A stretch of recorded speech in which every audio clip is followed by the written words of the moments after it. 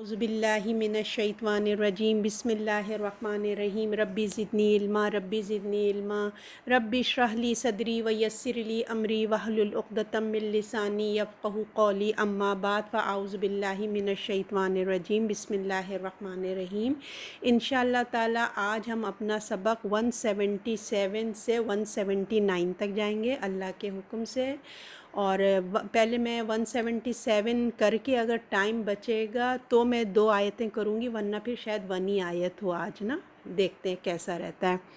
تو الحمدللہ ہم سورۃ البقرہ پڑھ رہے ہیں۔ بقرہ کا مطلب ہے گائے، اور اللہ تعالیٰ سب سے پہلے کہنے والے کو عمل کی توفیق عطا فرمائے، اور آپ لوگوں کو بھی سن کے سمجھ کے عمل کی توفیق عطا فرمائے۔ 177 اعوذ باللہ من الشیطان الرجیم بسم اللہ الرحمن الرحیم۔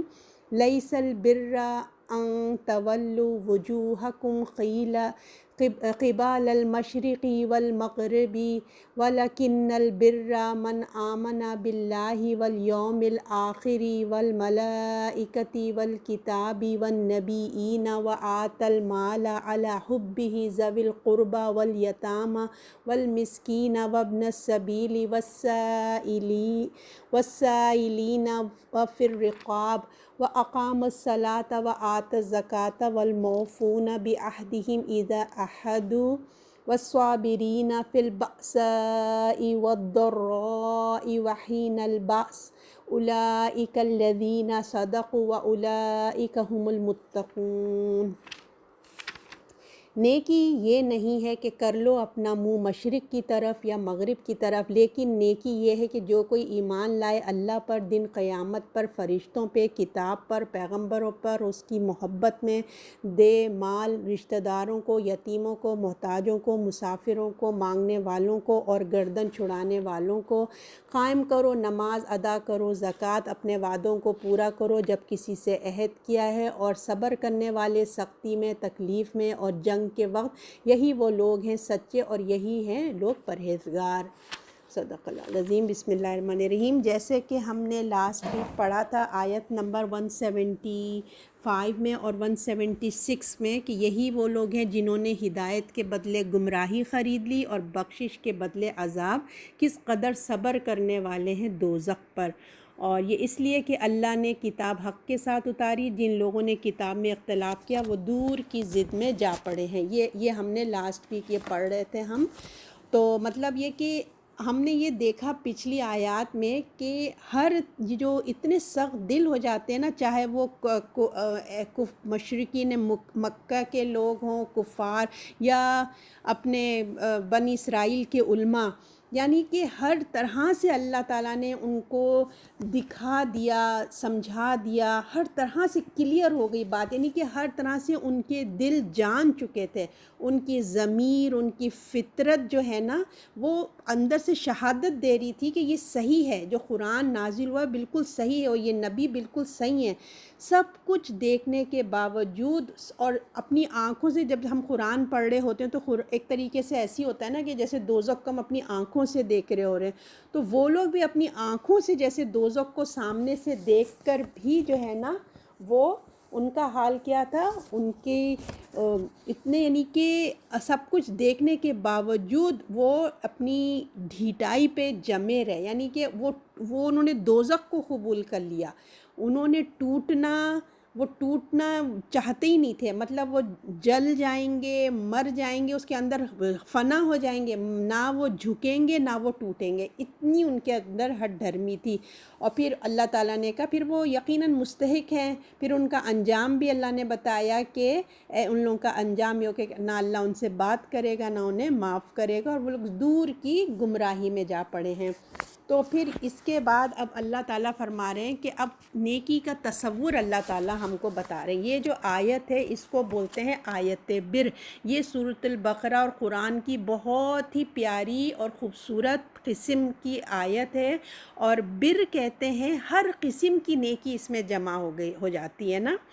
اور علماء تو کہتے ہیں کہ جو بر کا ورڈ ہے اردو میں تو اس کی لگتا ہے کہ ہمیں کوئی ترجمہ ہی صحیح سے نہیں آتا کہ اس کی کیا نیکی، اس کے کیا لکھا جائے، یعنی کہ ہر قسم کی نیکیاں جو ہے نا اس کے اندر جمع ہو جاتی ہیں، اور اس کے اندر بتایا گیا ہے کہ ایمان کیا چیز ہے، ایمان کسے کہتے ہیں۔ تم لوگ جو اپنے طرف سے بنا کے رکھا ہے، دیکھو اصل ایمان کا خلاصہ یہ ہے، اور اس آیت کی میں یہ بیان ہوا ہے۔ اس میں آپ آیت میں عقائد کو بھی دیکھیں گے، عبادات بھی آ گئیں، اخلاقیات بھی آ گئیں، معاملات کے بارے میں بھی ڈسکس کیا جائے گا۔ تو ہر طرح کا پورے جتنی اب تک ہم نے پڑھا ہے نا، تو سب کا کیلکولیشن اس آیت میں سمجھے آ گئی ہے۔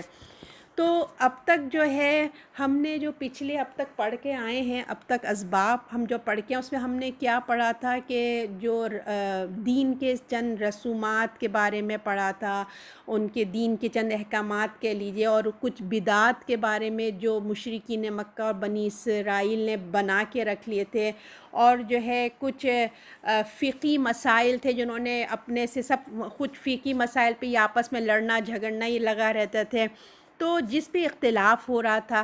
تو آج بھی اگر ہم اپنے امت مسلمہ میں دیکھیں تو ہم بھی چھوٹی چھوٹی چیزوں پہ نا اختلاف کر رہے ہیں، جس طرح یہ بنی اسرائیل کے تھے، چند چیزوں پہ چھوٹی چھوٹی پہ اختلافات کر رہے ہیں، یہی حال ہمارا بھی آج یہ کہ ہم بھی مین ایمان کی چیزوں کو چھوڑ کے چھوٹی چھوٹی چیزوں پہ، جیسے فار ایگزامپل رفع حدین کرتے ہیں، یعنی کہ ہاتھ اللہ اکبر اوپر کرتے ہیں، کسی نے ہاتھ سینے پہ باندھا ہے کہ نیچے باندھا ہے، کوئی ہاتھ کھول کے پڑھتا ہے، کہ یعنی کہ ہم مین نماز کو چھوڑ کے ان چھوٹی چھوٹی چیزوں پہ، فقہی مسئلوں پہ زیادہ ہم سینسٹیو ہو جاتے ہیں۔ تو یہی حال بنی اسرائیل کا بھی تھا۔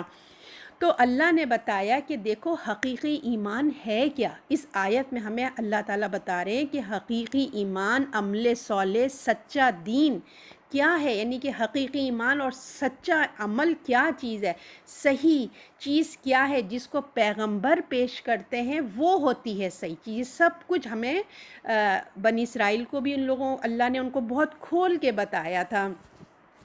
تو اب اللہ تعالیٰ کہہ رہے ہیں نہیں ہے نیکی کہ کر لو اپنا منہ طرف مشرق اور مغرب کے، لیکن نیکی یہ ہے کہ جو ایمان لایا اللہ پہ۔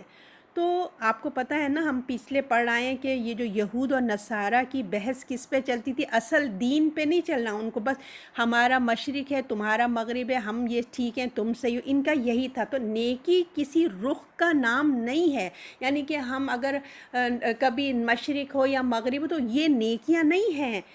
اب یہ لوگ جو بحث اور جھگڑے میں کر رہے ہیں کہ قبلہ مشرق ہو یا مغرب ہو، یا ہم نے پڑھا حلال اور حرام کی جو یہ لوگوں کی بحثیں چلتی تھیں، اور بیت المقدس ہونا چاہیے کہ بیت الحرام ہونا چاہیے، تو اس ایک نیکی کا یہ اللہ تعالیٰ فرما رہے ہیں، یہ ہم تم کو نیکی کا خلاصہ بتاتے کہ ٹھیک ہے کہ ہمیں جیسے اب نماز پڑھتے ہمارے جانماز قبلہ رخ ہونی چاہیے، بہت اچھی بات ہے، مشرق ہو یا مغرب، یعنی کہ اچھی بات ہے کہ یہ نیکیاں بھی ایک اپنی جگہ خوبصورتی پیدا کرتی ہیں، اس کا بھی ایک اجر ہے، لیکن اس کا یہ مطلب نہیں ہے کہ ٹوٹلی بس ہم اسی پہ اڑ جائیں، اصل چیز کو بھول جائیں اور انہی پہ لگ جائیں۔ تو تم سمجھتے ہو کہ اللہ تعالیٰ فرماتے ہیں کیا تم یہ چھوٹی چھوٹی نیکیاں کر کے کیا تم یہ سمجھتے ہو کہ تم نے اللہ کی وفا کا حق ادا کر دیا؟ اصل نیکی تو دیکھو یہ ہے، ساری کی ساری نیکی یہ ہے کہ تم نے اللہ کے لیے خاص کرنا ہے، جو اللہ کہتے ہیں۔ سنیں ذرا میوٹ دبائیں پلیز، کسی کا میوٹ نہیں دبا ہوا ہے، ابھی آواز آئی تھی۔ تو اصل چیز یہ ہے کہ جو اللہ کے احکام کی فرما برداری ہے وہ ہم کریں، اور جس طریقے سے ہمارے رسول اللہ نے ہمیں بتایا ہمیں اسی انداز سے کرنا ہے۔ تو اب اللہ تعالیٰ فرماتے ہیں کہ جو کوئی ایمان لایا اللہ پر اور دن قیامت پہ، تو اب ہمیں سمجھنا ہے کہ اللہ کا وفا کا حق ہمیں کس طرح سے ادا کرنا ہے۔ اللہ کا وفا کا حق جو ہے وہ صرف 2-3 چیزوں کو پورا کر لینے سے نہیں ہو جاتا، ہرگز بھی نہیں پورا ہوتا، بلکہ ہمیں پتہ ہونا چاہیے کہ صرف جو یہی دین نہیں ہے کہ مشرق اور مغرب کی طرف کر کے جانمازیں بچھا لے تو یہی دین ہے، ہم نے اپنا چہرہ کر لیا مشرق کی طرف یا مغرب کی طرف، بلکہ اللہ تعالیٰ ان کو بتا رہے ہیں کہ بعض دفعہ لوگ کیا ہوتے ہیں، دیکھیں نماز پڑھتے ہیں لیکن جو ہے دوسرے کام نہیں کرتے. جیسے اب ان کا تھا اپنے علماء کا، بنی اسرائیل کے علماء کا تھا مشرق مغرب کے جھگڑوں میں. اور ہمارے یہاں بھی آپ دیکھیں کچھ لوگ دیندار بہت ہوتے ہیں لیکن اخلاقیات میں ان کی کمی ہوتی ہے. کچھ لوگ اخلاق میں بہت اچھے ہوتے ہیں تو وہ عبادات سے دور ہوتے ہیں. تو اللہ نے کہا یہ نہیں کہ جو تمہاری مرضی کا دین ہے وہ ہے، بلکہ دین وہ ہے، اس کا مطلب یہ کہ اللہ کی بات کو مانو. جب تم نے اللہ کو مانا ہے تو اللہ کی بات کو بھی تم مانو، ٹھیک ہے نا. جس چیز کا حکم اللہ دیتا ہے وہ ایمان کے بعد تمہارے سارے اعمال اسی وقت قبول ہوں گے. یعنی کہ ایمان کا یہاں پہ سب سے پہلے ذکر کیا گیا. کیوں؟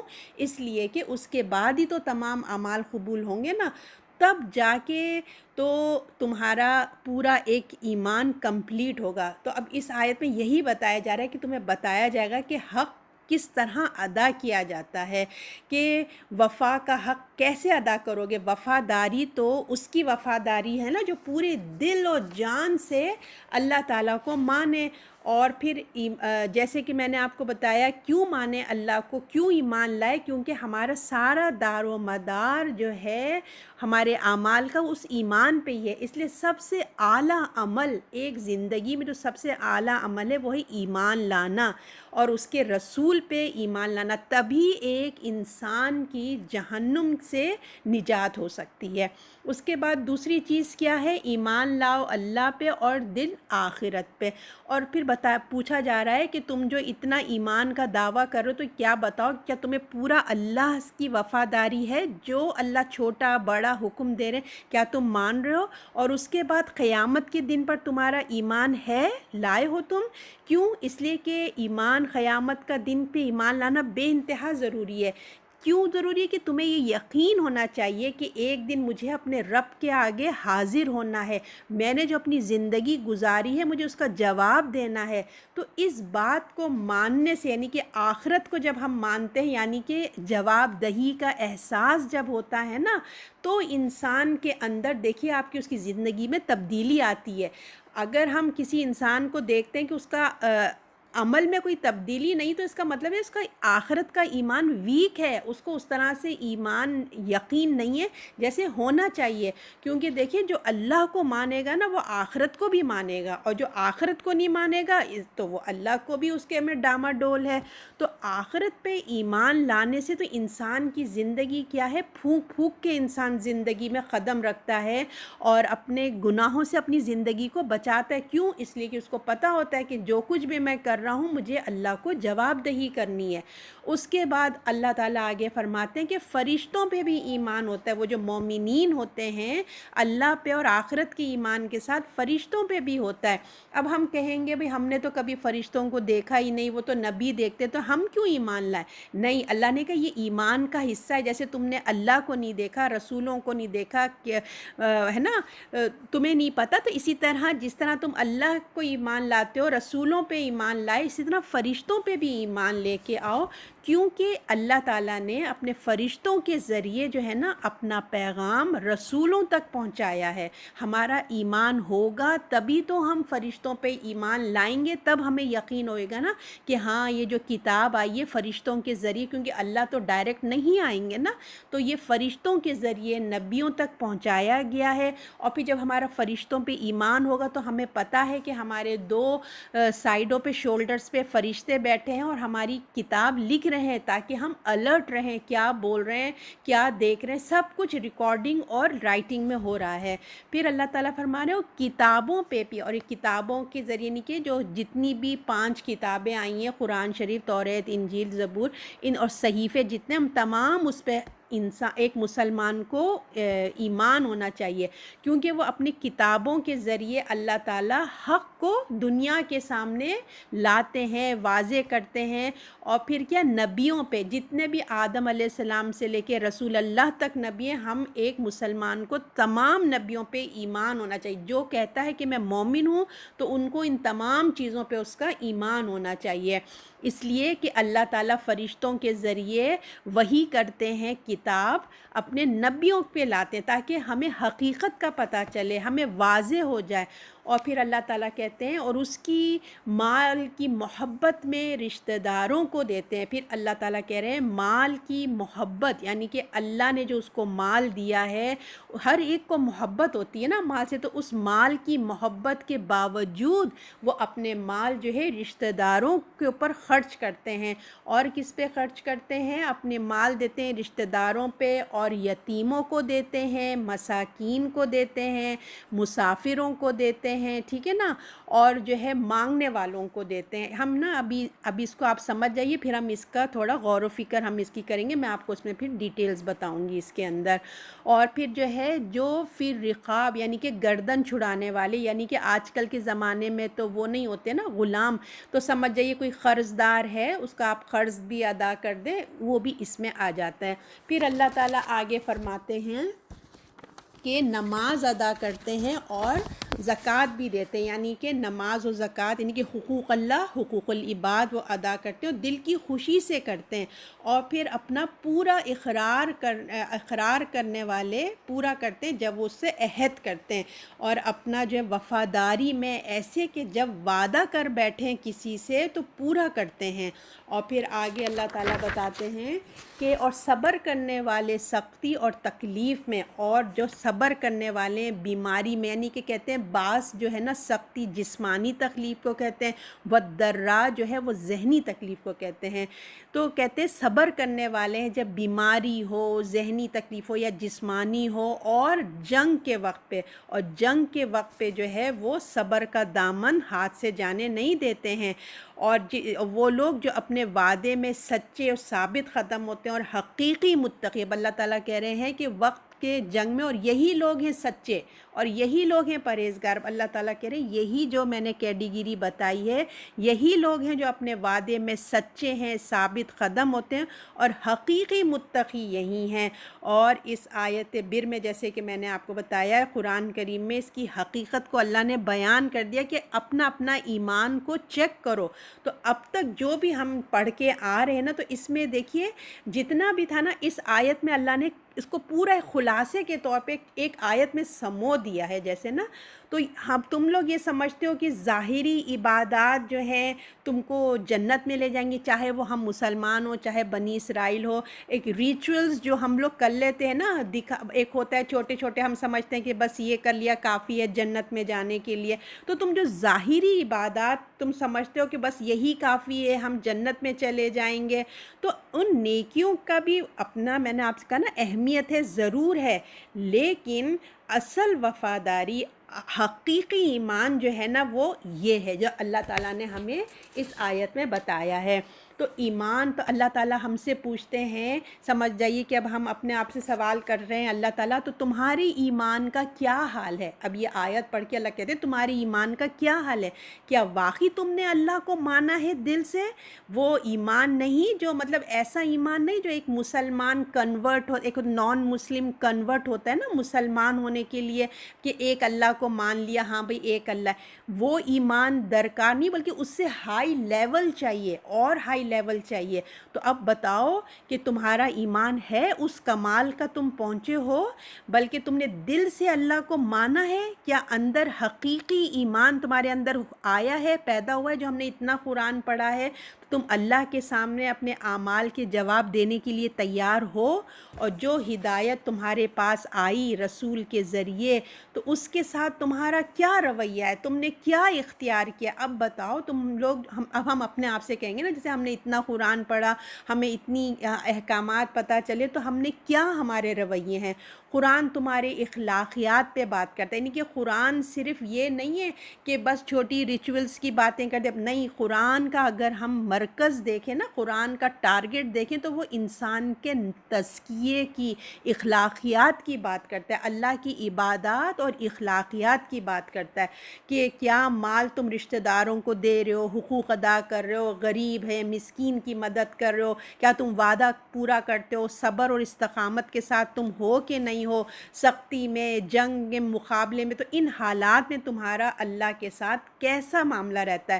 سب کچھ کیا کہ مطلب تم اپنی وفاداری کا حق ادا کر رہے ہو، پھر واقعی تم سچے وفادار ہو، اگر تم واقعی ان حالات میں اپنے آپ کو مضبوط رکھا ہے. کیونکہ دیکھیں بہت سارے میں کہتی ہوں ہمارا ایمان بہت ویک ہے، جب ذرا ہمارے آزمائشیں آتی ہیں تو ہم لوگ بہت وہ ہو جاتے ہیں، تھوڑ دلے سے ہو جاتے ہیں نا. تو یہی وہ وقت ہے سختی میں اور بیماری میں اور جنگ سے مراد ہے کہ ان حالات میں تم اپنے ایمان کو کیسا پاتے ہو. تو تم پوچھتے ہو کہ پھر اللہ تعالیٰ نے کہا کہ تقویٰ، لوگ کہتے ہیں نا تقویٰ کسے کہتے ہیں، تو تم پوچھتے ہو کہ تقویٰ کیا ہے، تو حقیقی پرہیزگار یہ ایمان ہے اور سچا عمل ہے، اس کو کہتے ہیں تقویٰ. سچا عمل کیا ہے؟ جو خدا کی وفادار ہوں، جیسے نماز ہے اور وہ عمل بھی ہے جو انسانوں کے ساتھ حقوق ادا کرنے کے لیے ہو. مثلا اس میں جیسے میں نے آپ کو کہا ان پر مال خرچ کرنا ہے، ان کی ذمہ داریوں کو پورا کرتے ہیں اور وعدہ پورا کرتے ہیں. ایک لفظ میں جیسے ہم نے کہا نا وعدہ پورا کرنا ساری اخلاقی زندگی اس میں آ گئی. کیونکہ دیکھیے کہ ایک سارے اخلاق کے اصول اس میں ہے. زبان، ہماری زبان سے وعدہ ہوتا ہے. زبان ایسی چیز ہے جو پوری اخلاقیات کو کور کرتی ہے. تو اس ذمہ داری کو پورا کرنا ہے تقویٰ، جس کو اس آیت میں بیان کیا گیا ہے. تو اب ہم اس آیت کو تھوڑا اپنا پریکٹیکل وے میں بھی دیکھ لیتے ہیں کہ یہ کیا ہے، جو اتنا جامع تصور ہے نا. اور یہ سورہ بقرہ کی بہترین آیت ہے، آیت بر، یعنی کہ پورے قرآن کی خوبصورت ترین آیت ہے. تو اب ہم اس پہ غور و فکر کرتے ہیں. اللہ ہمارے دل کو اوپن کرے اور ہمارے دلوں میں آ جائے. تو اب آپ دیکھیں جس طرح ہمارا ظاہری طور پر انسان ایک اچھی زندگی گزارنے کی خواہش رکھتا ہے، چاہت رکھتا ہے، تو اسی طرح ہماری جو فطرت کے طور پہ جو ہماری روح ہے نا، جو ہماری روح ہے اس کو بھی جو ہے نا اچھی لائف چاہیے، اچھی زندگی چاہیے. کیوں؟ ورنہ وہ چاہتے کہ نیک اعمال ہوں. فطرت کی پکار ہے اندر سے کہ آخرت ایک ہے نا. زمانے میں جیسے جیسے زمانہ گزرتا جاتا ہے نا، تو یہ جو ہماری فطرت کی اندر کی جو اچھی اچھی باتیں ہیں نا، جیسے جھوٹ نہ بولو، ایمانداری کرو، بے وفائی نہیں کرو، بددیانتی نہ کرو، یہ جو مورلز ہیں نا ہمارے، وہ کتنا بھی زمانہ ترقی کر جائے، لوگ کہاں سے کہاں پہنچ جائے، ان مورلز کو کوئی چینج نہیں کر سکتا، الا کہ انسانیت ہی اتنی گر جائے کہ وہ مورلز کو کوئی وہ ختم کر دے. تو کوئی اچھا عمل کرنا ہو تو اس کے ضمیر کی تسلی میں نا فطرت چاہتی ہے. کوئی سا بھی اچھا عمل کرنا تو اس کی ریلیکس ہوتا ہے، ایک خوشی آتی ہے. آپ دیکھیں کوئی سا بھی آپ اچھا عمل کریں تو آپ کی ضمیر میں خوشی سی، ایک فطرت میں آپ کی خوشی آتی ہے. چاہے آپ ایک چھوٹی سی بھی نیکی کریں، اس کو آپ دیکھیں نا، ایک آپ کے دل میں بڑی ٹھنڈک سی آتی ہے، خوشی سے آتی ہے نا.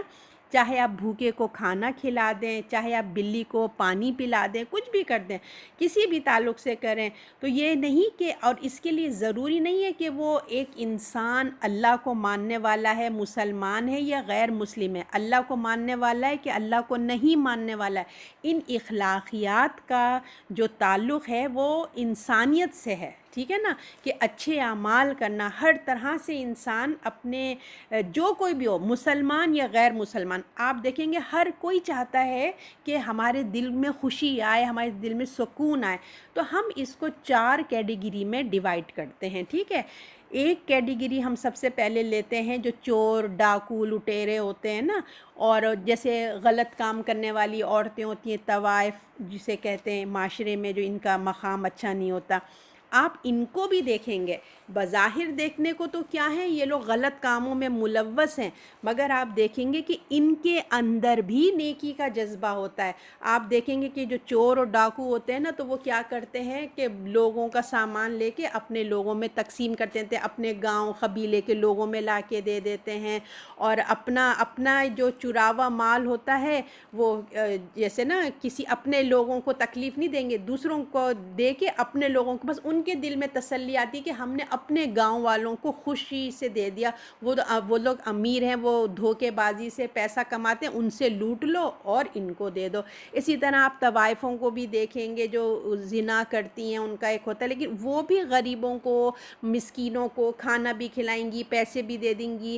اور پھر جو پک پاکٹ کرتے ہیں، جو جیب کترے ہوتے ہیں، آپ ان کے اندر بھی ایک ایمانداری ہوتی ہے. وہ اپنے مالک کو پورا پیسہ جا کے اپنے مالک کو دیتے ہیں. یہ ان کی ایمانداری ہے، یہ ان کی ایک خوشی کا باعث بنتا ہے کہ ہم نے کوئی غلط کام نہیں کیا. اور پھر کیا ہے کہ اپنوں کی پک پاکٹ نہیں کرتے. اور پھر دوسرے کیٹیگری اب ہم دیکھیں گے، یہ تو ایک ہوتے ہیں، یہ ذرا لوگ کم ہی ہوتے ہیں، اللہ کا شکر ہے معاشرے میں اس قسم کے لوگ کم ہوتے ہیں. اب جو دوسری کیٹیگری کے لوگ ہوتے ہیں نا، اور ہم جیسے ہوتے ہیں، جیسے نا ہم لوگ، یہ کیٹیگری بہت وسیع پھیلی ہوئی ہوتی ہے. یعنی کہ بہت زیادہ ہوتے ہیں کہ بہت زیادہ نیک کام بھی کریں گے اور گناہ بھی پلس کرتے. جیسے ہم لوگ نیک کام بھی کر رہے ہیں اور گناہ بھی ہو رہے ہیں ہمارے نا.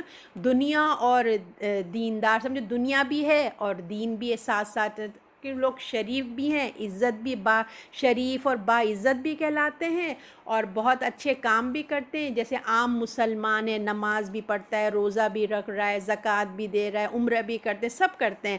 مسجد مدرسہ تعمیر کرتے ہیں، صدقہ دیتے ہیں، یتیموں کو کھانا، مسکینوں کا خیال رکھنا. یہ نیکی کا تصور بہت ہوتا ہے ہم جیسے سوچ میں رکھنے والوں لوگوں کو. تو ان کے پاس اچھے کام ہیں، مگر دوسری طرف اگر آپ دیکھیں گے نا تو ہمارے یہاں برائیاں بھی ہیں. جیسے لوگ بزنس کرتے ہیں تو جھوٹ بول دیا، ملاوٹ ہو گئی، دوائیوں میں ملاوٹ، نمازی ہیں مگر دوائیوں میں ملاوٹ ہو رہی ہے، اور پیسہ ہے تو سود کا ہے، رشوت ہو رہی ہے، بے ایمانی ہو رہی ہے. سب آپ دیکھ رہے ہیں نا، یہی قسم کے لوگ بہت زیادہ ہوتے ہیں. وراثت میں لڑکیوں کا حق مار لیتے ہیں، زبان پہ گالیاں رہتی ہیں، قرآن بھی پڑھا جاتا ہے اور زبان پہ وہ بھی رہتا ہے، اور غیبت بھی ہے اور طنز بھی ہے، رشتہ داروں کو کاٹنا بھی ہے، زبان کی تیزی بھی، یعنی کہ دونوں چیزیں ہماری یہاں سائڈ بائی سائڈ چل رہی ہوتی ہیں. تو ایک زندگی کے دو حصے سمجھ لیجئے، یوں ہم پیرل چل رہے ہوتے ہیں. پھر اگر ہم تیسرا کیٹیگری دیکھیں گے جو ٹاپ پہ ہوتا ہے، وہ کیا ہے؟ دیندار علماء. جو علماء لوگ ہوتے ہیں دین کے معاملے میں بہت حساس ہوتے ہیں، ہے نا. ہر چھوٹی بڑی بات کا بڑا خیال رکھتے ہیں کہ داڑھی ہونا چاہیے، پاجامہ جو ہے وہ اوپر ہونا چاہیے، نماز وقت پہ ہونا چاہیے، ہے نا. ان کے اندر بڑے ریچولز ہوتے ہیں، بڑا چھوٹی بڑی باتوں کا بڑا دین کا خیال، عمرے پہ عمرہ، حج، اور بڑے یہ درس و تدریس. مگر ان کے اندر آپ دیکھیں گے کہ ان کی اخلاق میں نا تھوڑی ڈرائینس ہوتی ہے، ان کے اندر تھوڑی سختی پائی جاتی ہے، تھوڑی سی نا. دوسروں کے احساسات ان کے اندر کم ہوتے ہیں. ہر دیندار دیکھیں ایسا نہیں ہوتا. میں معاشرے کی ایک پکچر آپ کے سامنے رکھ رہی ہوں. تو ان کے آپ بظاہر تو یہ بہت اچھے درس وغیرہ دے رہے ہوں گے، مگر ان کے گھر میں جب آپ دیکھیں گے تو میجورٹی میں سے آپ کم ہی لوگوں کو دیکھیں گے کہ اتنے نائس ہو، مگر میجورٹی ذرا سخت مزاج کے رکھنے والے تھے، کیونکہ ان کے اندر ابھی ایمان تو آیا ہے مگر ابھی اندر جربز ہونے کی بات ہے. اس کے بعد نمبر 4 کیٹیگری، جس میں پڑھے لکھے طبقہ آتا ہے، جیسے اعلیٰ تعلیم یافتہ جسے کہتے ہیں نا. ملک کے بڑے بڑے ادارے ان کے ہاتھ میں ہوتے ہیں، ان کے پاس جو ہے وقت کی پابندی بہت ہوتی ہے، وہ بے ایمانی نہیں کرتے، بات کو بڑے سلیقے طریقے ایڈیکیٹ سے کرتے ہیں، تھینک یو، شکریہ، اور اس طرح اخلاق اچھا ہوتا ہے. اپنے ڈرائیور سے بھی بات کریں گے تو بڑی تمیز تہذیب سے بات کریں گے، ان کا بڑا خیال کریں گے. مگر یہ تو بہت اچھے رہتے ہیں، مگر جہاں نماز، قرآن، روزہ، پردے کا تعلق آتا ہے نا تو وہ آپ کو ایسے لوگ بہت کم نظر آئیں گے. بہت اچھے لوگ بھی ہیں بھائی، میں آپ کو کہہ رہی ہوں، میں ایک پکچر کھینچ رہی ہوں کہ ایسے میں دونوں بھی ہوتے ہیں، لیکن میجورٹی اگر آپ نظر ڈالیں تو ان کے اندر پردہ، نماز، روزے کا رجحان ذرا کم نظر آ جائے گا. اگر ان سے پوچھیں گے بھائی تم لوگ اتنے اچھے اخلاق ہو، تم لوگ دین میں ذرا نماز روزہ بھی کر لیا کرو، تو وہ کہیں گے یہ ہمارا ذاتی معاملہ ہے نا. اصل چیز تو اخلاق ہونے چاہیے، انسان اخلاق والا ہونا چاہیے. تو جو آپ دوسروں کے ساتھ پیش آتے ہیں یہ ہونا چاہیے سب سے اچھا. تو یہ ہمارے اور ہمارے رب کا معاملہ ہے، ہم جانتے ہیں. تو ان کے پاس اللہ کے احکامات کی نا اتنی امپورٹنس نہیں ہوتی ہے، سمجھیں، نماز روزہ ان کے پاس اتنی امپورٹنٹ نہیں. تو یہ لوگ جو ہے سخت، اور پھر یہ لوگ نا لبرل جسے کہتے ہیں، سختی سے مخالفت بھی کرتے ہیں اسلام کی، شریعت کے احکامات کی، ان کو آپ دیکھیں گے یہ بہت ڈیبیٹ بھی کرتے ہیں۔ تو ایک طرف اللہ کا حق ادا ہو رہا ہے تو حقوق العباد میں کمی ہو رہی ہے۔ یہی ہم معاشرے کی جو مکس پکچر ہوتا ہے کہ اللہ کا حق ادا کر رہے ہیں تو بندوں کے حق میں کمی کر رہے ہیں، دوسری طرف بندوں کے حقوق ادا کر رہے ہیں تو اللہ کے حق میں کمی کر رہے ہیں۔ تو ایک طرف ہم کو جو ہے نا یہ کاموں کو اپنے اصلاح کرنا چاہیے، طریقہ ہم کو ٹھیک کرنا چاہیے۔ تو نیکی کا پورا ہمیں حق ادا نہیں ہوتا، اس طرح آدھا کرنے سے کیا ہوتا ہے، نیکی کا حق پورا ادا نہیں ہوتا۔ تو لہٰذا اس آیت میں نیکی کا جامع تصور ہمیں ملتا ہے کہ نیکی کا تعلق صرف روح سے نہیں ہے بلکہ جسم سے بھی ہے، اندر باہر پورا وجود میں نیکی ہونی چاہیے۔ ہمیں ہم کو نیکی کو نا دو حصوں میں تقسیم نہیں کرنا چاہیے۔ نیکی کو پوری زندگی پوری ہیلتھ اس کی اچھا اس کو ڈائٹ ہونی چاہیے۔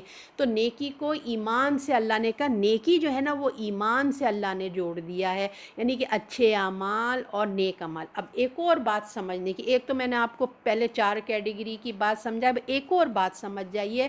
ایک ہوتا ہے اچھا عمل اور ایک ہوتا ہے نیک عمل، ہے نا، 2 طرح کے عمل ہوتے ہیں، ایک اچھا اور ایک نیک۔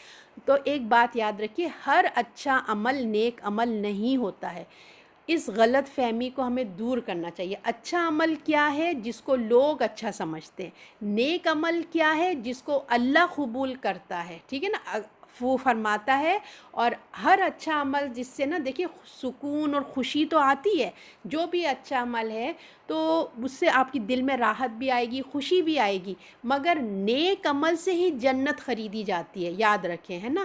بعض لوگ جو ہیں ہم اپنے سراؤنڈنگ میں دیکھتے ہیں، جو یہودی ہیں، جووش ہیں یا عیسائی ہیں یا ہندو ہیں، کتنے نیک اعمال کرتے ہیں۔ شاید یہ عیسائی لوگ تو شاید ہم سے بھی زیادہ اچھے نیک اعمال کرتے ہیں، مگر یہ نیک اعمال نہیں ہے۔ نیک اعمال کیوں نہیں ہے؟ اس کے بیک میں ہم نے پڑھا تھا کہ ایمان نہیں ہے ان کے پاس، اس لیے ان کے پاس ایمان نہیں ہونے کی وجہ سے وہ ان کے اعمال صرف اور صرف اچھے اعمال ہیں، جس سے وہ خوش ہوتے ہیں، جس سے ان کا دل میں ایک اطمینان آتا ہے، کہہ لیجیے۔ مگر ہمیں جنت کے لیے ہمیں نیک اعمال چاہیے جس میں اللہ کی رضامندی ہو، ایمان ہو، رسول اللہ کا بتایا ہوا طریقہ ہو۔ تو جیسے غیر مسلم کام کرتے، جیسے میں نے کہا، پھر وہ کیوں جنت میں نہیں جائیں گے؟ لوگ اکثر پوچھتے ہیں نا کہ ہم اتنے نیک لوگ ہیں، وہ جو ہیں اتنا نیک کام کرتے، پھر کیا وجہ ہے کہ وہ جنت میں نہیں جائیں گے؟ تو یہی وجہ ہے، اس لیے کہ وہ اچھا کام کرتے، نیک نہیں، وہ جنت میں لے جانے والے کام نہیں ہوتے، کیونکہ ان کے پیچھے سے ایمان نہیں ہوتا۔ تو اچھے کام کو نیکی میں کنورٹ کرنے کے لیے ہمیں کیا کرنا چاہیے؟ ایمان بڑھانا چاہیے۔ تو جب ہم اچھا کام کے لیے کریں گے تو وہ نیک اعمال بنے گا، کیسے؟ ہماری نیت، ہمارا ایمان ہمارے اللہ کے لیے خالص نیت ہونا چاہیے، اور جو ہے ہمارے رسول اللہ کے طریقوں پہ ہو، اور کتابوں پر، فرشتوں پر، پیغمبر پر، آخرت پہ ہمارا ایمان ہونا چاہیے۔ تو اس کام کا اجر پھر ہمیں کہاں ملے گا؟ آخرت میں ملے گا، ٹھیک ہے نا۔ تو اللہ اور یوم آخرت کے لیے ہمیں کیا چاہیے؟ اب کیا ہوتا ہے کہ ہم نے ایمان پہ ڈسکس کر لیا، اس کے بعد تھا کہ ہمیں یوم آخرت پہ بھی اور ہمیں یقین ہونا چاہیے نا۔ تو اس یقین کے لیے کہ اللہ اور یوم آخرت کے علم چاہیے، لہٰذا ہدایت چاہیے کہ ہم سے اللہ کیا چاہتا ہے، آخر ہم اس دنیا میں آئیں تو اللہ ہم سے کیا چاہتا ہے، آخرت کے لیے ہمیں کیا تیاری کرنا چاہیے، کیا چاہیے۔ تو پھر اللہ نے ہم کو فرشتوں کے ذریعے کتاب نبی پہ جو ہے اتاری اللہ تعالیٰ نے، تو نبی پر ایمان لانا بھی ہمیں ضروری ہو گیا، فرشتوں پہ بھی، کتاب پہ بھی۔ تو اللہ جو ہے نا فرشتے کا آنا، وہی اللہ فرشتوں کے ذریعے جو ہے وہی کرتا ہے، فرشتے نبی کو، اور ہم اس کو فرشتے نبی کو دیتے ہیں، پھر نبی ہم کو بتاتے ہیں کہ دیکھو اللہ کو یہ پسند ہے، ناپسند ہے، اور ہم کو نیکی کرنے کی اور نیکی کی حد بتاتے ہیں، ہم کو نیکی کیسے، ہمارے رسول نے ہمیں کیا بتایا، نیکی کو کیسے کرنا ہے، اور نیکی کو ایک لمٹ میں کرنا ہے نا، ورنہ کیا ہوگا، حد سے بڑھ جائے گی تو کیا ہو جائے گی؟ بدعت بن جائے گی۔ تو اللہ سے محبت بہت بڑی نیکی ہے، سب سے بڑی نیکی ہے۔ مگر دیکھیں جو بعض لوگ جو اپنے کتنے لوگ ہیں جو رہبانیت اختیار کر لیتے ہیں اپنے محبت میں، نہیں کیونکہ ان کو پاس صحیح تصور نہیں ہوتا اللہ، کیونکہ ہر کوئی چاہتا ہے اللہ سے محبت، مگر یہ طریقہ ہم کو ہمارے رسول بتاتے ہیں۔ جن کا ایمان ہی نہیں ہے وہ لوگ کیا کرتے ہیں؟ اپنا گھر بار چھوڑ کر جنگلوں میں چلے جاتے ہیں اور اتنا ریاضت کرتے ہیں، ایک ٹانگ پہ کھڑے ہونا تو الٹے کھڑے ہونا، بھوکے رہنا، کیا کیا جتن نہیں کرتے اور رہبانیت میں چلے جاتے ہیں، فطرت سے ہٹ جاتے ہیں۔ اللہ نے کہا دنیا میں رہو، رشتے ناتوں سے کٹنا نہیں ہے۔ وہ لوگ کیا ہیں؟ دنیا سے ہی کٹ جاتے ہیں۔ پھر جب وہ لوگ فطرت سے ہٹ کے کام کرتے ہیں نا تو دیکھیے پھر ان کا جو ہے وہ رزلٹ بھی سامنے آتے ہیں، غیر فطری عمل کیا کیا، پھر اس سے آپ چرچوں وغیرہ میں جا کے دیکھیے کس قدر پھر اس کے اثرات آتے ہیں۔ تو پھر ہم کو وحی کے ذریعے سے جو رسول نے ہمیں بتاتے ہیں کہ اللہ سے ہمیں کیسے محبت کرنا چاہیے، اس طرح رسول کی محبت بھی ہمیں جو ہے نا، اگر ہم رسول کے مقام سے بڑھ کر کام کریں گے تو وہ کیا ہو جائے گا؟ غلط ہو جائے گا نا، تو خدا بنا دیں گے، رسول کا مقام کو ہم اونچا کر دیں گے۔ تو ہمیں جو ہیں انہوں نے ہمیں سب کچھ بتایا کہ دیکھو حد میں رہ کر کرو، شرک نہ کرنا، اور شرک سب سے بڑا گناہ ہے۔ تو نیک اعمال کو ٹھیک طریقے سے کر کے دکھائے تاکہ ہم حد میں رہیں۔ نیکی کو کس طرح سے کرنی چاہیے اس لیے رسول آتے ہیں، اور جب وہ سنت سے ہٹ جائیں گے تو وہ کیا ہوگا؟ ایکسٹریم ہو جائے گا۔ اور سنت انسان کو کیا کرتی ہے؟ اعتدال سکھاتی ہے۔ لوگ کہتے ہیں نا ایکسٹریم ہو گئے، ایکسٹریم ہو گئے۔ جب تک ہم سنت پہ عمل کر رہے ہیں ہم ایکسٹریم ہو ہی نہیں سکتے، کیونکہ ہمارے رسول نے ہمیں اعتدال میں رہ کے کام سکھائے ہیں۔ پھر اللہ تعالیٰ آگے فرماتے ہیں کہ مال دیتے ہیں وہ اپنی محبت میں، ہے نا، مال جو ہیں وہ اب ہم نے ڈسکس کر لیا ان چیزوں کے بارے میں، کتاب، نبی، اور پھر اب کیا کہتے ہیں کہ وہ مال کی محبت ہوتی ہے ان کے دل میں، مگر وہ پھر بھی رشتہ داروں کو دیتے ہیں، ٹھیک ہے نا۔ تو کیا ہوتا ہے؟ دیکھیں محبت اصل چیز ہے، مال کی محبت ہے تبھی تو دینے کا اجر ہے نا۔ اپنے نفس کو ناراض کر کے، اپنے نفس کو مار کر اللہ کی رضا کے لیے مال کو دینا، ٹھیک ہے۔ اور کہاں دینا؟ اب یہ ہم کو قرآن ہمیں ترتیب بتاتا ہے کہ کیسے دینا چاہیے۔ جب آپ مال نکالنا، انسان کے پاس پیسہ، تو انسان سوچتا ہے نا کہ کدھر دوں میں؟ سب سے پہلے اللہ کے رسول نے ہمیں بتایا رشتہ داروں کو دو، اور رشتہ داروں میں آپ کو پتہ ہے نا سب سے پہلا حق اپنے ماں باپ، بہن بھائی، جو رحم کے رشتے ہیں، سسرال کے رشتے ہیں، ان کو پہلا حق ان کا ہے کہ پہلے ان کو دیکھا جائے کہ ان میں کوئی کمی بیشی تو نہیں ہے۔ اچھا، اب یہاں پہ آپ دیکھیے جو اللہ نے کہا ہے نا رشتہ داروں کو دو، تو یہاں پہ یہ نہیں رکھا کہ صرف غریب رشتہ داروں کو دو، یعنی کہ رشتہ دار امیر بھی ہو سکتے ہیں، رشتہ دار غریب بھی ہو سکتے ہیں، ہے نا۔ تو ہمیں دونوں کو دینا ہے۔ اور یہ جو ہے آپ جیسے غریب رشتہ دار کو تو بھی آپ اس کی ضروریات زندگی پوری کر دیں گے، اور جو امیر رشتہ دار ہے اس کو آپ تحفے تحائف دیجئے، کبھی گھر بلا کے کھانا کھلائیے، یہ بھی اس پہ خرچ کرنا ہے۔ اس سے کیا ہوتا ہے؟ تعلقات اچھے ہوتے ہیں۔ اور اسپیشلی جو مال کا خرچ کرنا ہے نا اپنے رشتہ داروں میں، تو آپ صلی اللہ علیہ وسلم نے فرمایا اعلیٰ درجہ یہ ہے کہ جو رشتہ دار تم سے ناراض رہتا ہے اس پہ خرچ کرو، دگنا اجر ملے گا تمہیں۔ کیوں؟ اس لیے کہ وہ ناراض جو رہتا ہے وہ ہمیں حق نہیں دے رہا ہے، مگر ہم آگے بڑھ کر اس کو حق دیتے ہیں، تو یہ بڑا ہی اعلیٰ مقام ہو جاتا ہے۔ اور پھر کیا ہوتا ہے کہ دنیا میں بھی اجر کا باعث بنتا ہے، اور رحم کا رشتہ بھی، ہمارا تعلقات جڑے رہتے ہیں، اور پھر صدقہ خیرات کے ساتھ ساتھ صلح رحمی بھی ہوتی ہے، اور اچھے تعلقات بھی ہو جاتی ہیں۔ اچھا، اب یہ نہیں ہونا چاہیے کہ ہمارے رشتہ داروں کو رکھ کے بیچارے ان کو ضرورت ہے مگر ہم کیا کر رہے ہیں؟ این جی او میں پیسے دے رہے ہیں، مسجدوں میں پیسے دے رہے ہیں، ایسے نہیں۔ ہمیں ترتیب کے ساتھ دیکھ سمجھ کے پہلے اپنے فیملی کو کور کر کے پھر ان دوسروں کے لیے بھی ہمیں نکالنا چاہیے۔ اس کے بعد ہے اپنا مال دو رشتہ داروں کو، یتیم اور مسکین کو بھی دیا کرو۔ تو رشتہ داروں کے ساتھ ساتھ دوسروں کو بھی دیتے ہیں، یعنی کہ یعنی کہ قرآن میں ہمیں بتایا گیا ہے کہ کس طرح اسٹیپ بائی اسٹیپ جانا ہے نا، ہماری سوچ کو کتنا اچھے ترتیب سے دیکھیے سیٹ کیا گیا کہ انسانی ہمدردی بھی بہت بہت ضروری ہے۔ اگر کوئی عالم ہے، متقی ہے، عابد ہے، زاہد ہے، حافظ ہے، اگر اس کے اندر انسانی ہمدردی نہیں ہے نا، تو پھر دیکھیے اس کو پھر اپنی اصلاح کرنا چاہیے، یعنی کہ دل میں نرمی ہونا چاہیے۔ تو اللہ کو یہ پسند نہیں آتا، دل کی سختی اللہ کو پسند نہیں ہے۔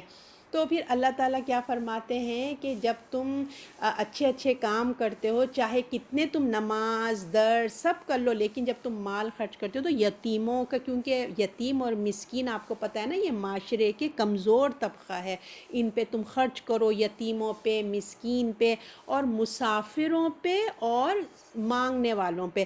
اب دیکھیے مسافر جو ہوتے ہیں نا، بظاہر بہت ہو سکتا ہے امیر ہوں اپنے ملک میں، مگر بعض دفعہ وہ لوگ مائیگریٹ ہو کے آتے ہیں، ان کے پیسوں کی کوئی جیب کسی نے پک پاکٹ کر لیا، یا پھر یہ کہ دوسرے ملک میں آئے ہیں، ابھی سیٹل ڈاؤن نہیں ہو پا رہے، ان کے لیے اتنے اخراجات نہیں ہو رہے، تو یہ بھی مسافر میں ہی آتا ہے۔ اور پھر یہ کہ سوال کرنے والے، ایک تو دیکھیے سوال کرنے والے ہوتے ہیں، فقیر ہوتے ہیں، لوگ مانگ لیتے ہیں، ہے نا۔ ایک سوال کرنے والے ہوتے ہیں جو جیسے بینک کرپٹ بھی ہو جاتے ہیں، بعض دفعہ بیچارے کسی کی جابیں چلی جاتی ہیں، وہ کبھی مانگتے نہیں ہیں مگر وہ مسکین میں بھی آ جائیں گے، اور بعض دفعہ ان کو ضرورت پڑ جاتی ہے، وہ سوال کر بیٹھتے ہیں۔ اور پھر یہ بھی آپ دیکھیے کہ ہم لوگ جیسے اللہ کے دین کے لیے پیسہ جمع کرتے ہیں، کوئی پروجیکٹ کے لیے جمع کرتے ہیں، تو یہ بھی ایک سوال کرنا ہے نا، میں سوال ہی کرتی ہوں نا کہ کون کون آپ میں سے انٹرسٹ ہے دے دیں، تو یہ سوال کرنا ہوتا ہے۔ تو وہ اللہ تعالیٰ کہہ رہے ہیں کہ سوال کرنے والوں کے لیے بھی خرچ کیا جائے، اور کس پہ؟ گردن چھڑانے والے، یعنی کہ آج کل اگر غلام نہیں ہے تو کسی کی قید میں ہے تو اس کی بیل دے کے چھڑا دیا، کسی کا سودی قرضہ تھا یا عام قرضہ تھا، لم سم ایک ساتھ دے دیا، اس کو اتار دیا۔ اب یہ نہیں کہ ہر مہینے اس بیچارے کو شرمندگی سے سامنا نہ کرنا پڑے، اگر کوئی چوائس نہیں ہے، اگر ہمارے پاس اتنا ہے کہ ہم جمع کر کے اس کا قرضہ ایک ساتھ اتار دیں تو یہ بہت اچھی بات ہے، کیونکہ دیکھیے ہر مہینے انسان کو شرمندگی کا سامنا کرنا پڑتا ہے نا، کسی کے آگے ہاتھ پھیلانا۔ تو اللہ تعالیٰ نے کہا کہ تم نے ان سب چیزوں کا خیال کرنا ہے، اپنے آپ کو جو ہے خیال سے اپنے معاشرے پہ خرچ کرو، اور کسی کو مانگنے والے کو بدتمیزی سے جواب نہیں دو، اگر تم دے نہیں سکتے تو کم سے کم اچھی بات کیا کرو۔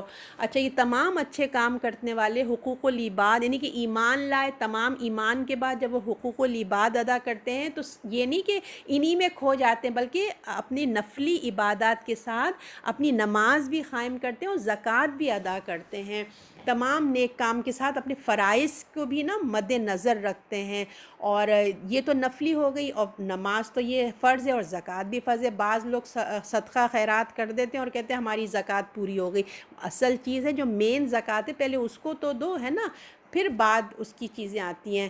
تو نیکی کی روح تازہ کرنے کے لیے اللہ کی یاد، آخرت کی فکر اور اس کی مخلوق پہ رحم جو ہے نا، رحم دلی بہت ضروری ہے، اور مال اور جان سے ہمیں کرنا ہے، ہمیں اپنی مال بھی خرچ کرنا ہے اور اپنی جان بھی لگانا ہے، اور معاملات میں ہمیں پیچھے نہیں ہٹنا۔ اور پھر آگے کہ وہ اپنے اقرار کو پورا کرتے ہیں، جب وہ وعدہ کر لیتے ہیں تو اپنے معاملات میں سچے کھرے ہوتے ہیں، وعدے کا پورا پورا خیال رکھتے ہیں، اور اللہ اور انسانوں سے کیا ہوا وعدہ، صرف انسانوں سے نہیں، اللہ کا بھی کیا ہوا وعدہ وہ پورا کرتے ہیں۔ پھر امن اور ترقی ہوگی، جب ایسا ہوتا ہے تو آپ دیکھیے پھر اس معاشرے میں امن اور ترقی آئے گی۔ اور وعدے کا پورا کرنا، دیکھیے کون اپنا وعدہ پورا کرتا ہے؟ صرف وہی اپنا وعدہ پورا کرتا ہے جس کا مضبوط کیریکٹر ہو۔ ہر آدمی آپ دیکھیں گے وقت آنے پہ اپنا وعدہ پورا نہیں کرتا، صرف وہی کرتا ہے جس کے اندر ایمان اچھا مضبوط ہو اور اچھے کیریکٹر کا مضبوط ہو، وہی اپنا وعدہ پورا کرتا ہے۔ اور صبر کرنے والے سختی اور تکلیف میں اور وقت جنگ میں، اور یہ وہ لوگ ہیں سچے، یہی وہ لوگ ہیں پرہیزگار۔ اور پھر کیا کرتے ہیں؟ صبر کا ذکر ہوتا ہے، جب اتنے کام ہوں گے تو صبر کے بغیر تو آپ کو پتہ ہے نہ نماز ہوتی ہے نہ مال نکلے گا، صبر ہر حال میں بڑی ضرورت ہوتی ہے۔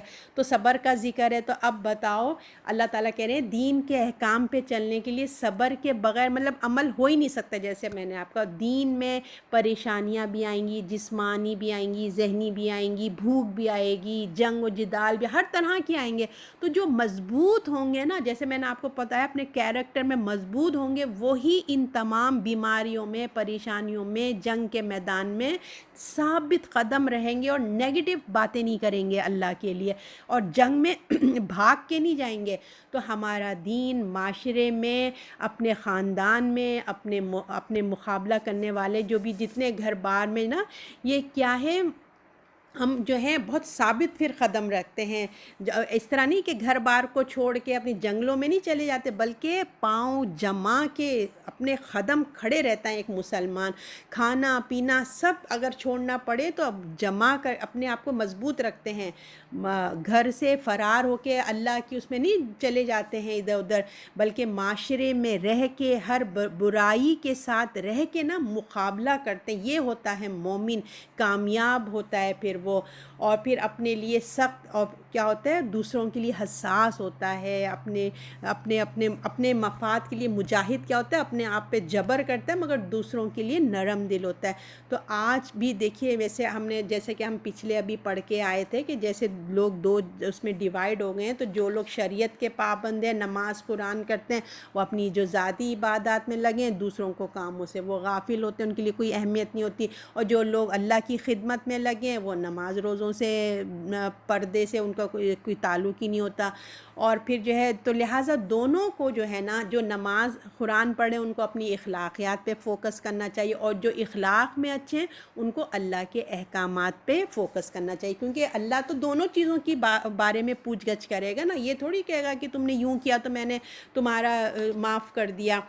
تو آپ دیکھیے کہ اکثر لوگ جو ہوتے ہیں نا، جو دیندار نہیں ہوتے، تو ان لوگ کیا ہم کو ریکمینڈ، کیا ان کے کامنٹس کیا ہوتے ہیں، چاہے وہ مرد ہو چاہے عورتیں، مرد کو کہیں گے بھئی بظاہر تو یہ بڑے داڑھی والے نظر آتے ہیں، بڑے مولانا بنے پھرتے رہتے ہیں، اور دیکھو تو صحیح کس قدر فسادی ہیں اور کیسے ہیں، بیوی کو مارتے ہیں اور کیا کیا ہے ان کے، ہے نا، کہ اس طرح کے کامنٹ دیں گے۔ اور عورتیں کیا کہیں گی، اللہ بھائی توبہ کرو، اتنے پردے دار ہیں، اتنا بڑی پردہ کرتی ہیں، اور زبان تو دیکھو ایسے چلتی ہے، کیسے غیبت کرتی ہیں، اس لیے تو میں پردہ ہی نہیں کرتی۔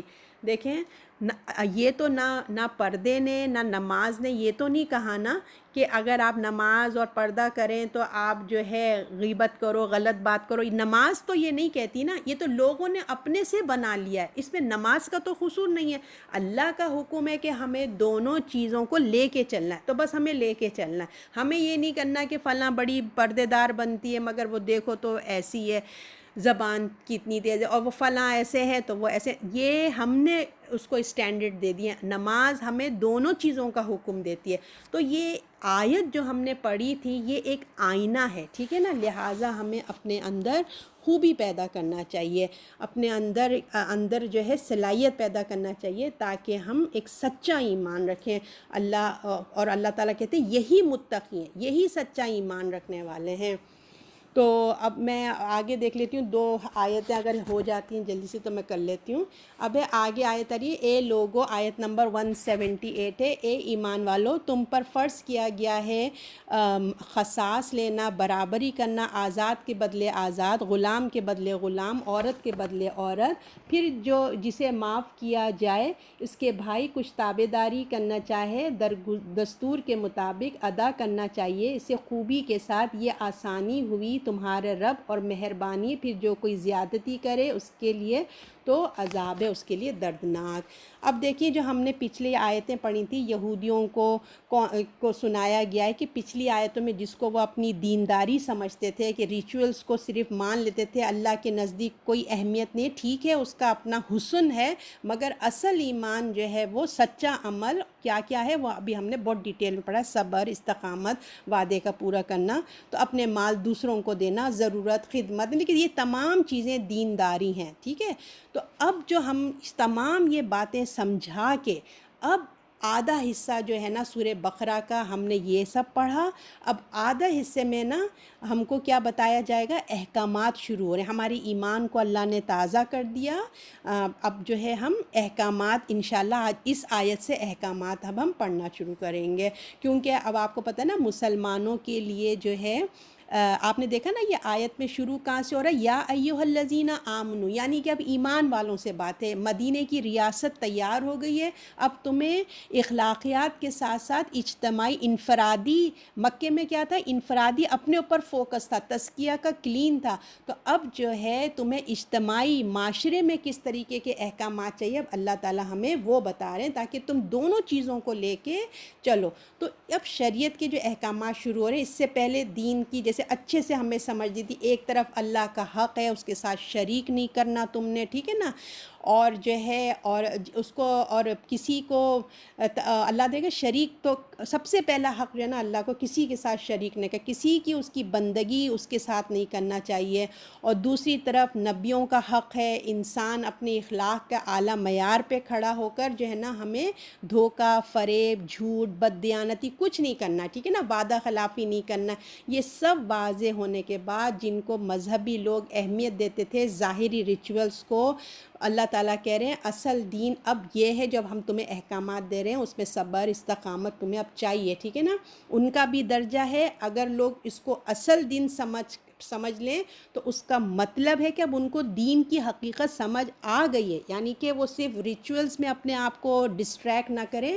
اصل دین جو یہ آیت کو پہچان گیا، اب اس کو اصل دین کی حقیقت سمجھ آ گئی کہ ایمان اور اللہ کی محبت، اللہ کی اطاعت کیا چیز ہے، صرف چند چیزیں نہیں ہوتی.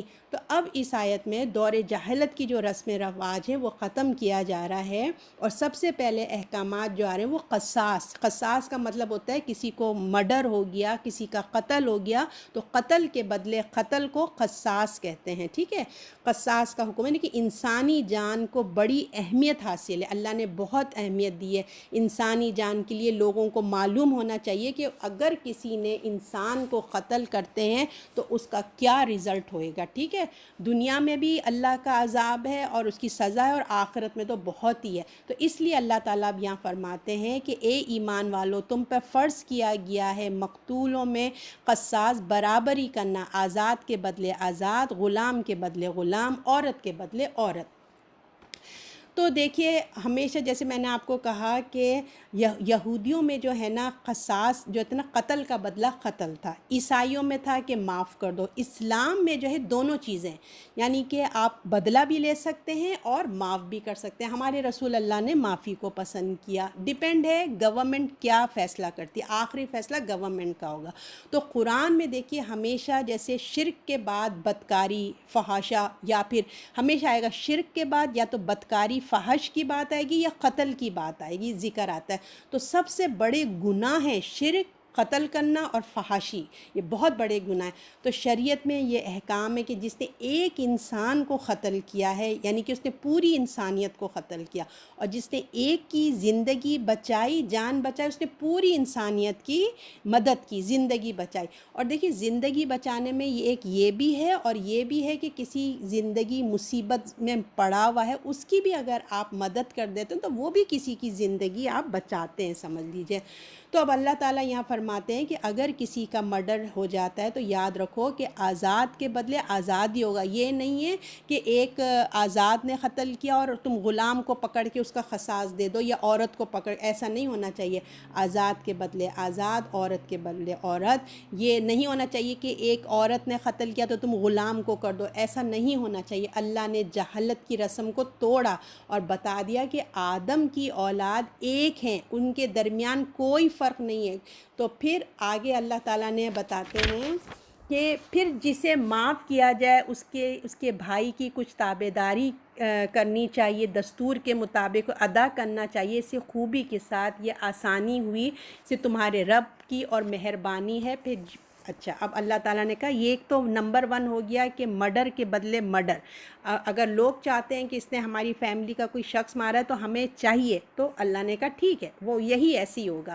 اب دوسری چیز اللہ نے ایک رعایت بھی دی ہے، ٹھیک ہے، کہ پہلے نمبر پہ تو قصاص ہی ہوگا، لیکن اللہ نے کہا کوئی کہتا ہے کہ بھائی بظاہر تو وہ مر گیا، اب ہم اس دوسرے کو مار کے کیا کریں، ہمیں پیسے دے دو، ہے نا. وہ قصاص مانگیں گے. اگر کہ فیملی قصاص یعنی کہ قتل کا بدلہ قتل مانگیں گے تو گورنمنٹ کو وہی کرنا چاہیے، جو عدالت ہے اس کو وہی کرنا چاہیے، ٹھیک ہے. اور اگر وہ کہتی ہے کہ ہمیں یہ پیسے چاہیے تو وہ پیسے، لیکن دیکھیے گورنمنٹ یہ فیصلہ کرے گی کہ وہ جو مرا ہے وہ کس قسم کا آدمی تھا، وہ کوئی شر پسند تو نہیں تھا جس کے بدلے اس شر پسند آدمی کو ختم کرنا چاہیے. یہ گورنمنٹ فیصلہ کرتی ہے، جو عدالتیں وہ فیصلہ کرتی ہیں کہ کیا کرنا چاہیے. مگر مد نظر اگر کہ یہ کہیں کہ ہمیں قصاص ہی چاہیے تو پھر کوئی اس کو پیچھے نہیں کر سکتا. پیسے کے معاملے میں تو گورنمنٹ فیصلہ کرے گی کہ اس کو مارنا چاہیے کہ پیسے دینا چاہیے.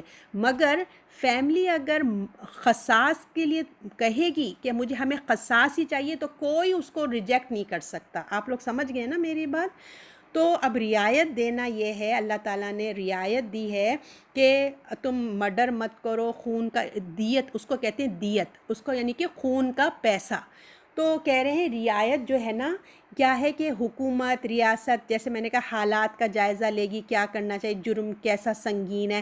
تو قرآن میں جرم کی رقم کو جو مقروض ہے اس طریقے سے دیکھیں ملک کے حالات کے مطابق ہے. اس کی جو قرآن نے نا اس کا کوئی پیسہ نہیں رکھا ہے کہ کتنا ہونا چاہیے، وہ ہمارے حالات کے مطابق یہ پیسہ ہوگا کہ اس زمانے میں کیا رسم و رواج. جیسے رسول اللہ اس وقت کے حساب سے دیت لیا کرتے تھے اس زمانے کے لیے. تو آج ہم دیکھیں گے کہ ہمارے زمانے میں کتنا ہے. کہتے 100 اونٹ ہوتے ہیں.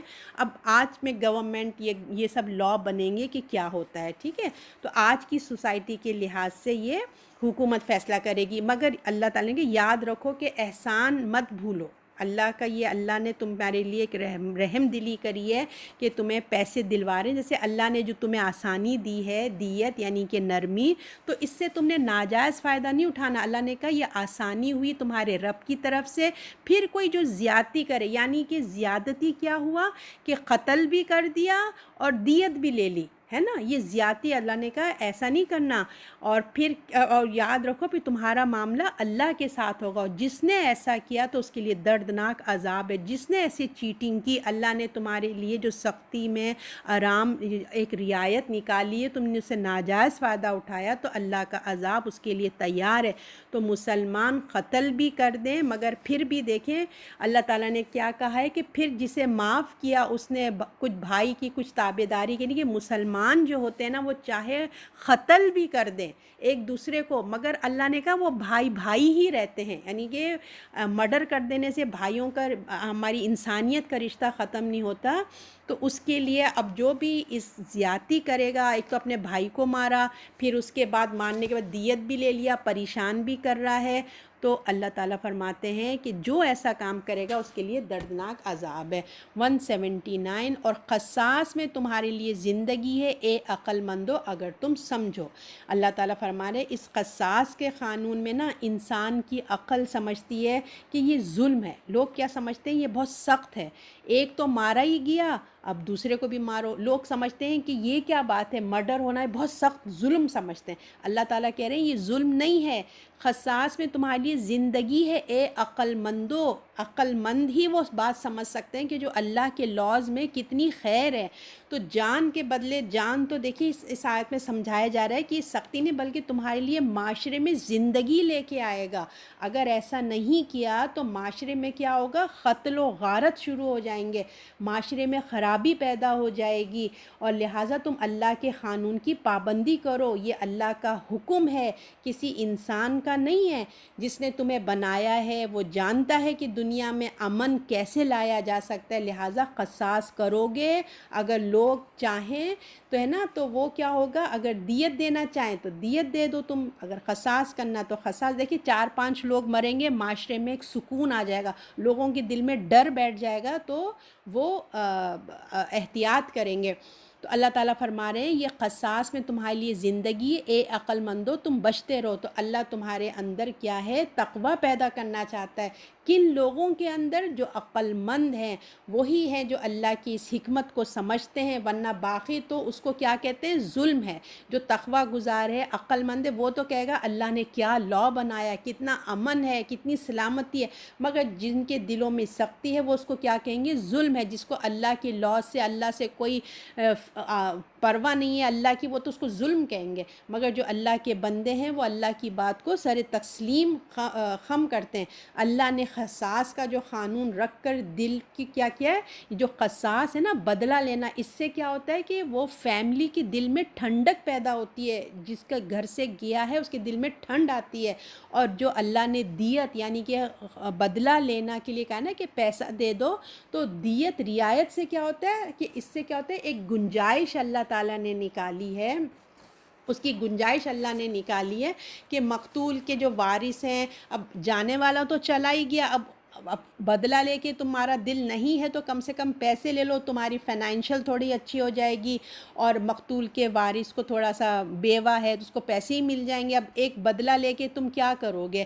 پیسے آنے سے تمہاری زندگی میں تھوڑی سی فرح رواں بھی آ جائے گی۔ لیکن میں نے آپ سے کہا یہ گورنمنٹ فیصلہ کرے گی کہ اگر مارنے والا بہت زبردست قاتل ہے، بدماش ہے، تو گورنمنٹ اس کو مار ہی دے گی، ٹھیک ہے؟ تو اللہ تعالیٰ نے کہا کہ یہ جو قصاص اور دیت لینا چاہے تو وہ دیت کی رقم اگر بالفرض کوئی کہ ہمیں قصاص بھی نہیں چاہیے، دیت بھی نہیں چاہیے، دونوں چیزیں نہیں چاہیے، تو اللہ نے کہا نہیں، وہ دیت کی جو رقم ہوگی وہ گورنمنٹ کے پاس جائے گی۔ اس سے کیا ہوگا؟ اگر ایسا نہیں ہوگا تو دوسروں کو نا شے مل جائے گی کہ ارے نہ مارتے رہو، نہ پیسے بھی نہیں دینے پڑیں گے اور یہ بھی نہیں۔ لیکن اسی لیے اللہ نے کہا کہ تمہیں وہاں تم پھر گورنمنٹ کو رکھوا دی جائے گی تاکہ دوسرے مجرم کو شے نہ ملے۔ اگر کوئی رقم دے نہیں سکتا، بالفرض اب دیت دینا ہے، منی دینا ہے، کسی کے پاس منی نہیں ہے، تو اب کیا ہوگا؟ تو اس میں گورنمنٹ ہیلپ کرتی ہے۔ وہ پہلے کے زمانے میں قبیلے ہوتے تھے، وہ قبیلے سب خاندان مل کے کرتا تھا، اب بھی ہے، کوئی خاندان مل کے اس کی ہیلپ کرے یا پھر گورنمنٹ ہیلپ کرے یا پھر اس کی پیمنٹ بنا دی جائے یا پھر جہاں جاب کرتے ہیں وہ لوگ مدد کریں، ہے نا؟ تو جہاں پر بھی جیسا بھی مسئلے کا حل نکل سکتا ہے وہ حل تلاش کریں۔ تو اللہ تعالیٰ کہہ رہے ہیں کہ یہ جو میں نے تمہارے لیے رکھا ہے یہ تمہاری عقل مند ہے، وہ جو تقوی گزار ہے، وہ اللہ کے احکامات کی پیروی کرتا ہے۔ صدق اللہ العظیم۔ اب اللہ تعالیٰ میں دعا کر لیتے ہیں۔ دیکھیے قرآن میں اللہ تعالیٰ فرماتے ہیں یہ ایک کتاب ہے اللہ نے رسول کی طرف نازل کیا اور یہ بہت بابرکت ہے۔ گویا آپ جتنا قرآن کے قریب ہوں گے نا، ہم لوگ جتنا ہم قرآن کے قریب ہوں گے اس سے تعلق ہمارا قائم کریں گے، اس حساب سے آپ کی جان، مال، اولاد، وقت میں کیا ہوگا؟ برکت نازل ہوگی۔ ہم جتنا قرآن کے قریب جائیں گے ہماری برکتیں نازل ہوں گی۔ سب سے بڑی خیر جو نصیب ہوگی وہ کیا ہوگا؟ اطمینان قلب ہے۔ تو ہمیں سکون آئے گا، ایک سکون، یہ اللہ کی محبت کی خوشی ہے جو ہماری سکون آ رہا ہے نا کہ اللہ کی محبت ہمارے دل میں آ رہی ہے، اور جو ہے ہمارا سکون آ رہا ہے کہ انسان کو یہ احساس ہوتا ہے کہ جو میرا وقت نا ضائع نہیں ہو رہا ہے بلکہ بہت فائدہ مند کام میں جو ہے نا صرف ہو رہا ہے میرا وقت، جو ہے ہم نے قرآن پڑھا، اس کے قریب ہیں، اس کے معنی یاد کر رہے ہیں، اس کو یاد کر رہے ہیں، جیسے بھی ہم قرآن میں وقت رہے تو ہمارے دل میں ایک اطمینان آتا ہے کہ میری زندگی کو میں ضائع نہیں کر رہا ہوں بلکہ بہت اچھا ٹائم گزرا ہے۔ تو آپ صلی اللہ علیہ وسلم نے فرمایا سورہ بقرہ پڑھا کرو، اس کو پڑھنا باعث برکت ہے اور چھوڑنا باعث حسرت ہے۔ تو اللہ تعالیٰ سے دعا ہے کہ اللہ تعالیٰ ہمیں یہ سورۃ بقرہ کی برکات عطا فرمائے۔ صدق اللہ العظیم۔